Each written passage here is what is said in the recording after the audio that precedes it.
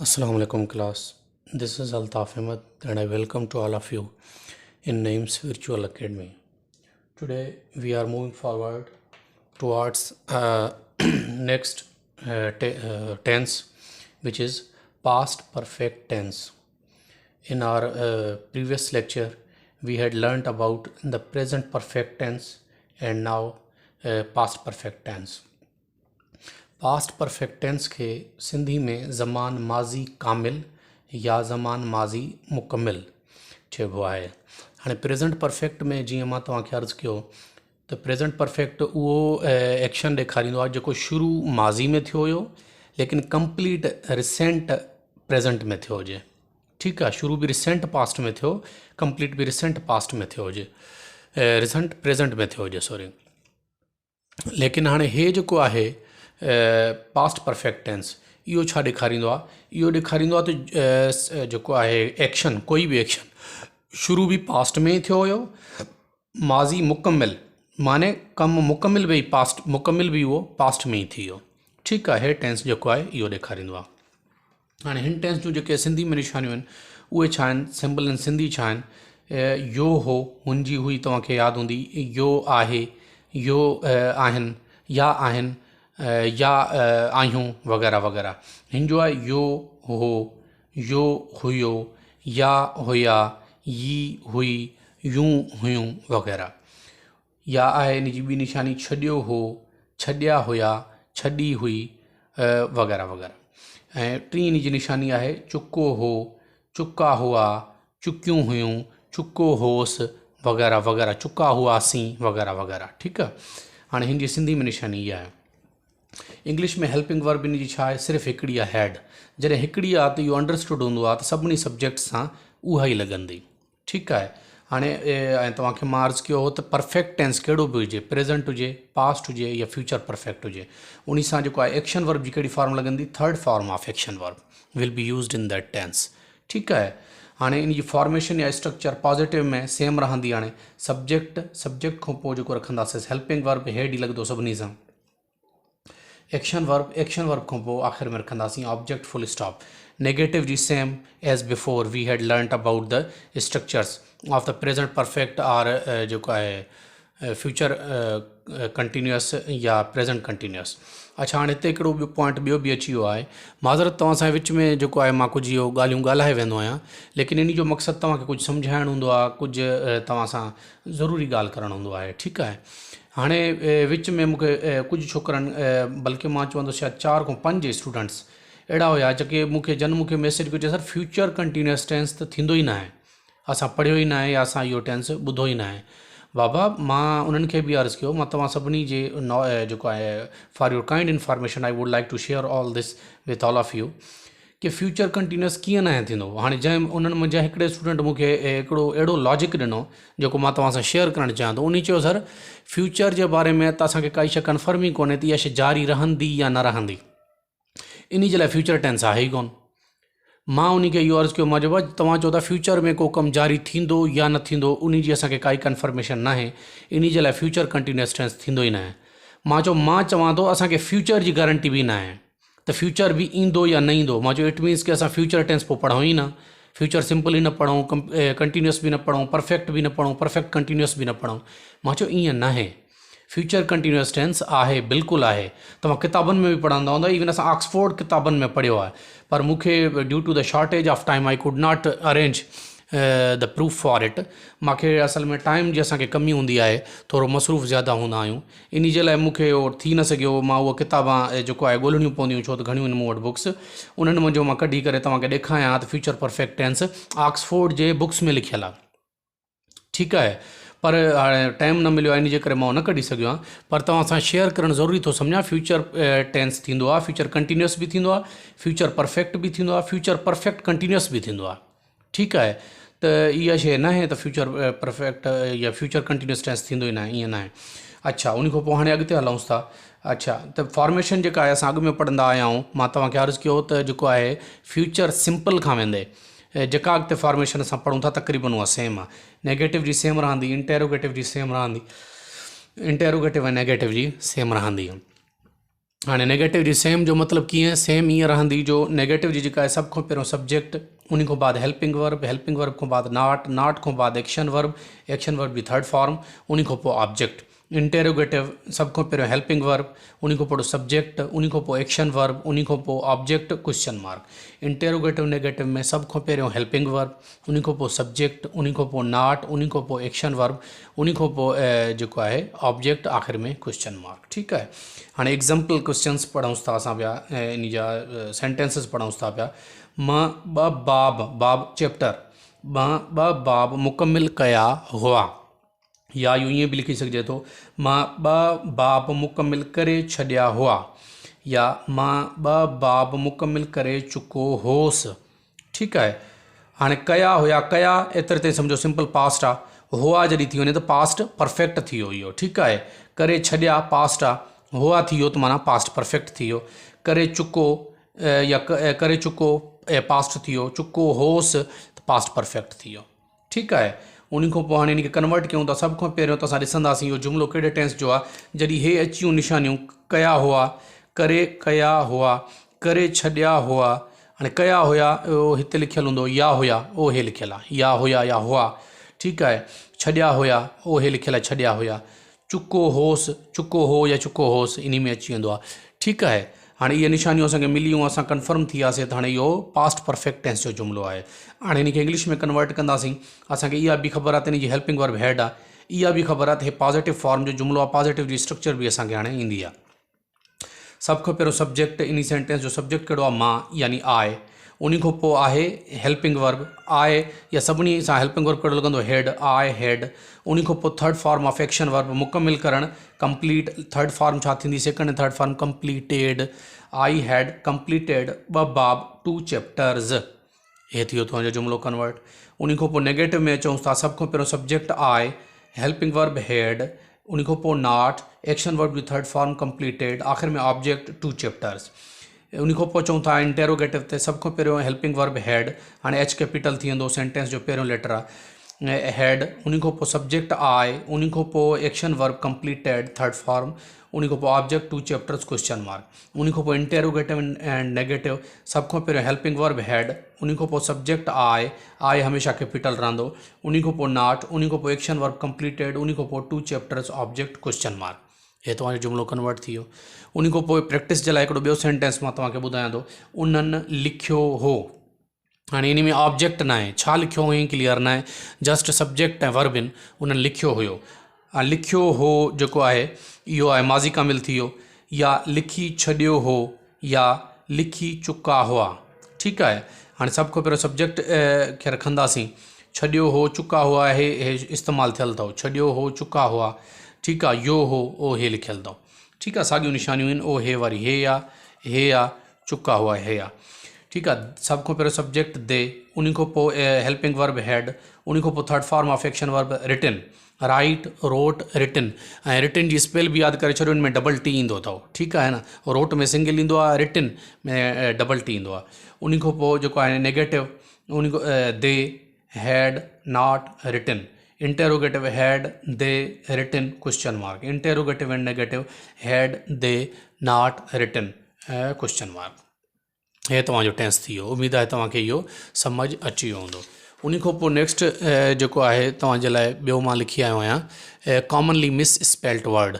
जीअं स्लोली ऐं स्टीडीली असां अॻिते पढ़ूं था पिया, कंहिं महिल सिनोनिम, कंहिं महिल एंटानिम, कंहिं महिल मिस स्पेल्ड वर्ड, कंहिं महिल जेको आहे यूज़ ऑफ प्रीपोजिशंस। ठीकु आहे। हाणे अॼु ॿियो तव्हांजे लाइ आहे कॉमनली मिस स्पेल्ड वर्ड्स। हाणे अॼु सभ खां पहिरियों जेको असां वटि वर्ड आहे उहो आहे ओमिशन। इनखे ओमिशन बि पढ़िबो आहे, ओमियन बि पढ़िबो आहे। ठीकु आहे न।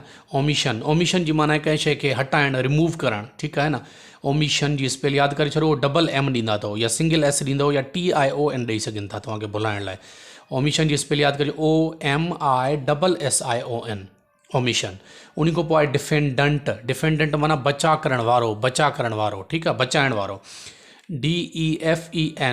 DEFENDANT। हाणे हिते छा कंदा, DFA ॾींदा, या डबल एफ तव्हांखे ॾेई सघनि था, या हिते ई ॾेई सघनि था तव्हांखे भुलाइण लाइ। इन जे लाइ इहा स्पेल यादि करे छॾो। उन खां पोइ आहे कमांडर। कमांडर जी माना तव्हांखे ख़बर आहे कप्तान, या वॾो, या जेको अॻियों सरबराह हूंदो आहे।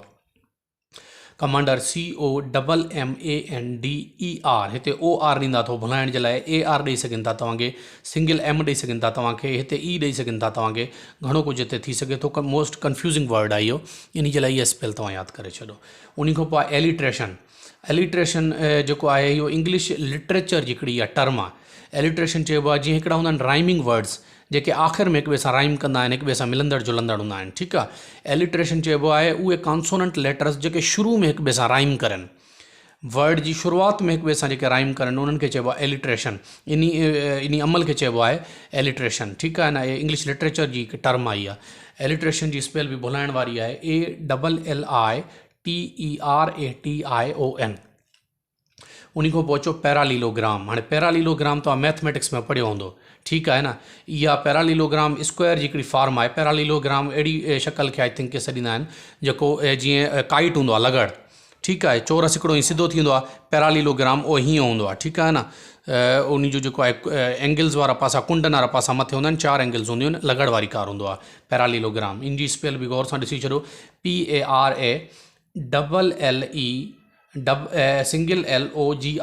हाणे हिते तव्हांखे सिंगल L ॾेई सघनि था, हिते डबल L ॾेई सघनि था, घणो कुझु इहो भुलाए सघनि था इन वर्ड में, इहो गौर सां सम्झी छॾो।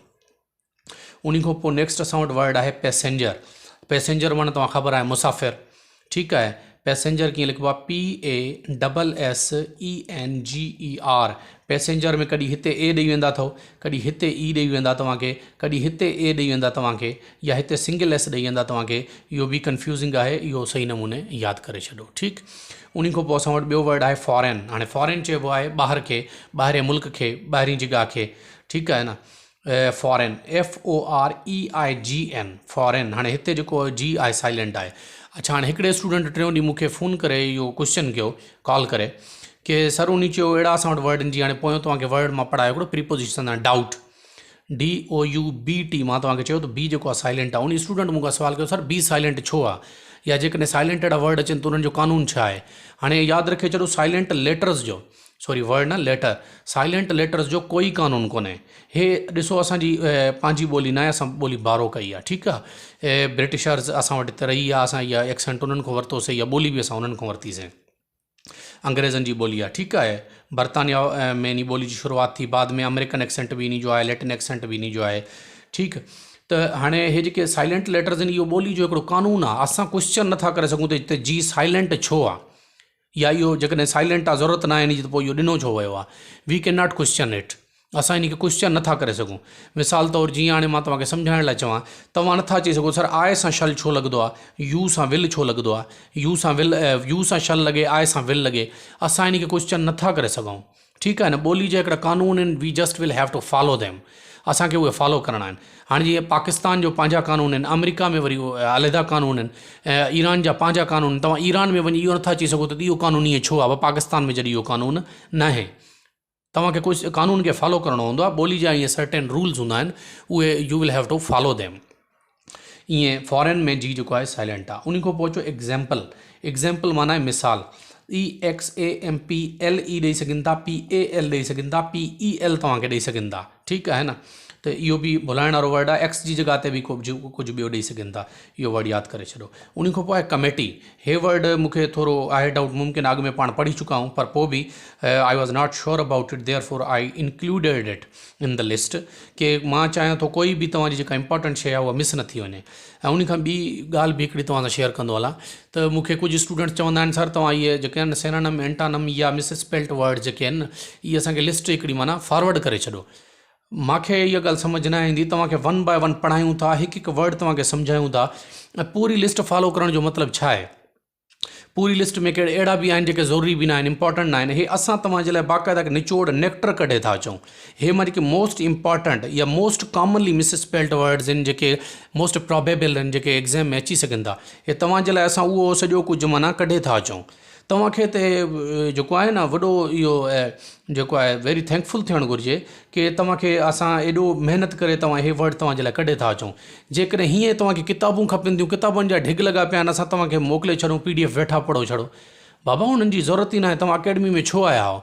तव्हां अकेडमी में इन्हनि शयुनि जे लाइ आहियो, असां तव्हांजे लाइ सॼी महिनत कयूं था पिया, नेक्टर कढे था अचूं, तव्हां सिर्फ़ु इन ते कंसंट्रेट कयो। लिस्ट तव्हांखे मोकिले छॾूं 400 मां तव्हांखे सेना मिंटा न मोकिलां, 400 जो 400 रटे छॾो, लेकिन उन्हनि मां इंपॉर्टेंट न हुजनि या प्रॉबेबल न हुजनि, तव्हांखे 400 में हिकु खां ॿ ई न लॻनि, तव्हांजी सॼी महिनत ज़ाया पाणी में। असां तव्हांजे लाइ उहा शइ सिर्फ़ु खणी था अचूं जेका मोस्ट रेलेवेंट आहे या मोस्ट जेको आहे प्रॉबेबल आहे एग्ज़ाम जे हवाले सां। तव्हां इन्हनि शयुनि ते न वञो, तव्हांखे जेको पढ़ायूं था तव्हां उहो गौर सां सिर्फ़ु पढ़ण जी कोशिशि कयो। उन खां पोइ वर्ड आहे असां वटि गोरीला। हाणे गोरीला जेको आहे इन जी हिकिड़ी नसल आहे भोलियुनि जी जंहिंखे चऊंसि, ठीकु आहे न। गोरीला GORILLA, हिते सिंगल एल ॾेई सघनि था तव्हांखे, डबल R ॾेई सघनि था तव्हांखे, हिते डबल E ॾेई सघनि था तव्हांखे, घणो कुझु थी सघे थो उन वर्ड सां। हिते गोरीला जी स्पेल यादि करे छॾो। उन खां पोइ आहे फाशिस्ट। फाशिस्ट जेको आहे हिकिड़ो सिस्टम ऑफ गवर्नमेंट आहे जेको अपोज़िट टू डेमोक्रेसी आहे, उन खे चइबो आहे फाशिस्ट। माण्हू बि हूंदा आहिनि, फाशिस्ट सिस्टम बि हूंदो आहे, FASCIST फाशिस्ट। हिते तव्हांखे H बि ॾेई सघनि था या डबल S ॾेई सघनि था, घणो कुझु थी सघे थो, इहो वर्ड तव्हां रटे छॾो। उन खां पोइ असां वटि 12हों वर्ड आहे कैरियर।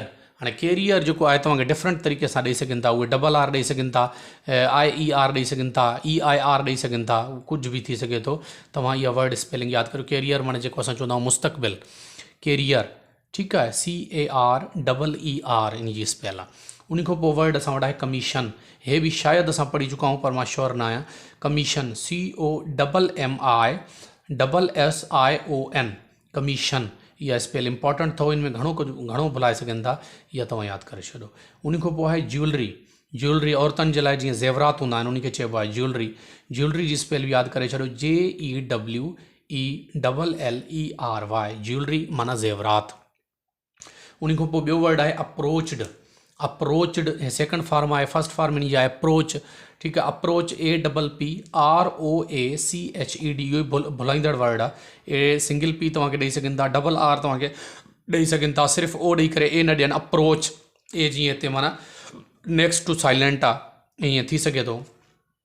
अप्रोच जी माना हूंदी आहे क़रीब अचणु, पहुच करणु, एक्सेस करणु, अॻिते अचणु, ठीकु आहे। अप्रोच माना क़रीब पहुतो, अॻिते आयो। उन खां पोइ आहे मस्टेच। मस्टेच लिखिबो आहे माउस्टेच, ठीकु आहे, MOUSTACHE, मस्टेच, ठीकु आहे न।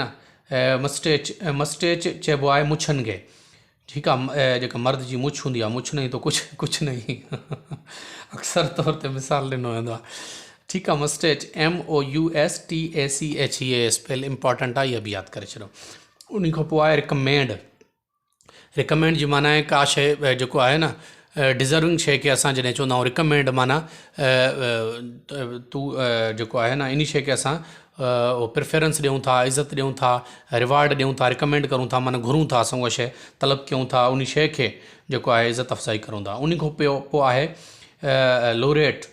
नोबल लोरेट जीअं चइबो आहे। लोरेट माना आहे उहो शख़्स जंहिंखे कंहिं ऑनर सां नवाज़ियो वञे, ठीकु आहे। जीअं हाणे नोबल लोरेट चयो वेंदो आहे, माना उहे शख़्स जिन खे नोबल प्राइज़ ॾिनो वञे, वॾा स्कॉलर हाई लेवल जा, ठीकु आहे। उन खां पोइ आहे एग्ज़ैम्पलरी। हाणे हिते तव्हां ॾिसो न, भुली सघो था। हाणे एग्ज़ैम्पल AMPLE, हाणे एग्ज़ैम्पलरी हिते तव्हां ॾिसो त E आहे वरी, हिते मथां तव्हां भुलंदा हुजो त हिन जो हे आहे, हिते वरी E थो, EXEMPLARY, हिते डबल L तव्हांखे ॾेई सघनि था, हिते E ॾेई सघनि था, हिते A ॾेई सघनि था, घणो कुझु तव्हांखे भुलाइण लाइ करे सघनि था, पर एग्ज़ैम्पलरी जी स्पेल इहा अथव EXEMPLARY, एग्ज़ैम्पलरी। अॼु जो असांजो 20हों वर्ड ऐं आख़िरी वर्ड कॉमनली मिस स्पेल्ड जो, उहो आहे रिहर्सल। हाणे रिहर्सल छा खे चवंदा आहियूं, प्रैक्टिस खे। हे जेके फिल्म एक्टर्स हूंदा आहिनि, TV एक्टर्स हूंदा आहिनि, इहे छा कंदा आहिनि, पंहिंजे डायलॉग्स जी जेके उनखे अदा करणा हूंदा आहिनि, जेको उन्हनि खे एक्शन करणो हूंदो आहे, उनजी बार बार रिहर्सल कंदा आहिनि, प्रैक्टिस कंदा आहिनि। रिहर्सल जी स्पेल बि यादि करे छॾो, REHEARSAL, रिहर्सल, ठीकु आहे। अॼु जा इहे तव्हांखे वर्ड्स हुया। उमेदु आहे अॼु वारो लेक्चर तव्हांखे सम्झ आयो हूंदो। वॾी महिरबानी।